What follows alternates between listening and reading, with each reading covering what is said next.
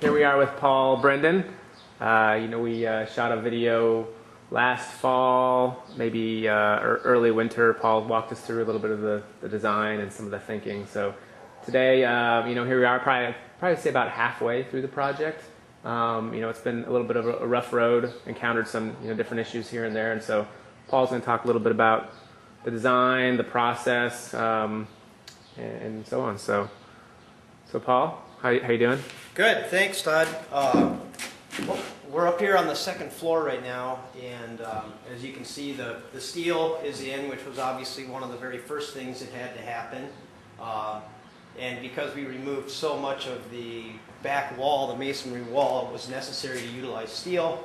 That and the large expansive opening, as you can see, steel was our only answer to solving those problems.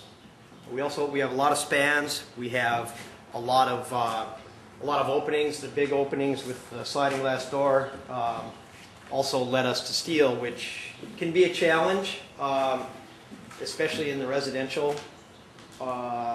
aspect. If you don't have somebody that's equipped to deal with the steel, it was probably set us back 8 weeks, Todd, with not being prepared to do steel shop drawings. But anyways, that all being said, I think what we have here is our basic shell, and we can get some idea for the volumes and spaces and organizational structure of the plan.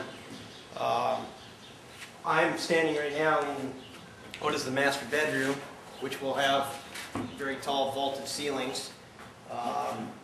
Todd is in what will become the master bathroom, and we've arranged the plan and stacked the sort of service elements, the kitchen, the bath, the half bath on the first floor, all are in this rectilinear shape, which also, if we go outside and take a look, you'll see that it's also three-dimensionally expressed in the elevations, that this is sort of the service core, and this portion over here, both on the first and second floor, is more of the living area. Master bath, or master bedroom here, and then the great room, living area downstairs, and we'll walk down and take a look at that. Up here, we've introduced some clear story lights that'll be open to this vaulted area. This is our south-facing elevation, so we'll get the desired winter sun through those clear story openings. We've also allowed for some translucent panels to be transoms and other things to try and borrow some of that south light into these more northern-facing spaces. So we will get some south light into the bedroom through some polygal. It's an acrylic panel, so it's relatively inexpensive, but it allows, it's translucent, so it allows privacy, but still allows some of that light in. The existing bathroom was in that corner and will remain there.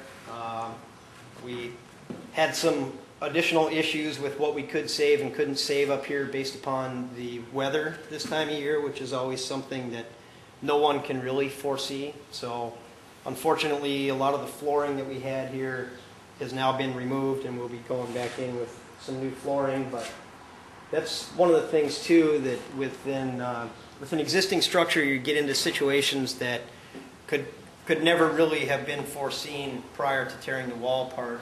We've got issues over here where some of the assumptions were made that we were dealing with solid masonry, which in fact we weren't. You can see in the background some of the clay tile that's used as an infill on some of these older buildings. So we had to structurally reinforce this corner of the existing masonry building, poured concrete down the face of it, so we had something solid to attach our steel to. And those kinds of issues come up fairly frequently when dealing with an existing building, that keeping an eye on it during the construction period so you can assure that these things get taken care of before they get sealed up is very important. So Paul, you talked a little bit about putting all the facilities on this side of the house, guest bath, master bath, kitchen, and so forth. So what kind of benefits do you see us gaining in terms of construction costs, and then further even like energy efficiency? Well, less material. I mean, it's always a good idea if you can stack your bathrooms in close proximity to one another to share a stack, to limit your plumbing runs, to limit all your hot water piping and your waste piping. I think we've also utilized this core fairly extensively for routing of the HVAC, especially through the basement on into the first floor.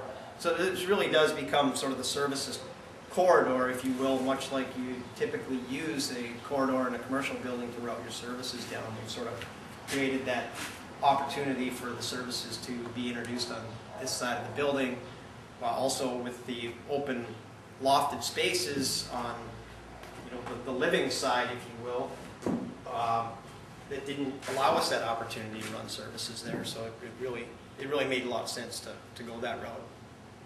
And I'm thinking with definitely with everything stacked, all of the plumbing stacked right on top of the tankless. You know, our shortest run, or our longest run, you know, will maybe be something in like maybe the 40 to 45 foot range. So right. Getting that hot water there faster, not having to run so much water. I think we could really benefit from that. Yep, that's exactly right. We should take a walk downstairs. Let's do it.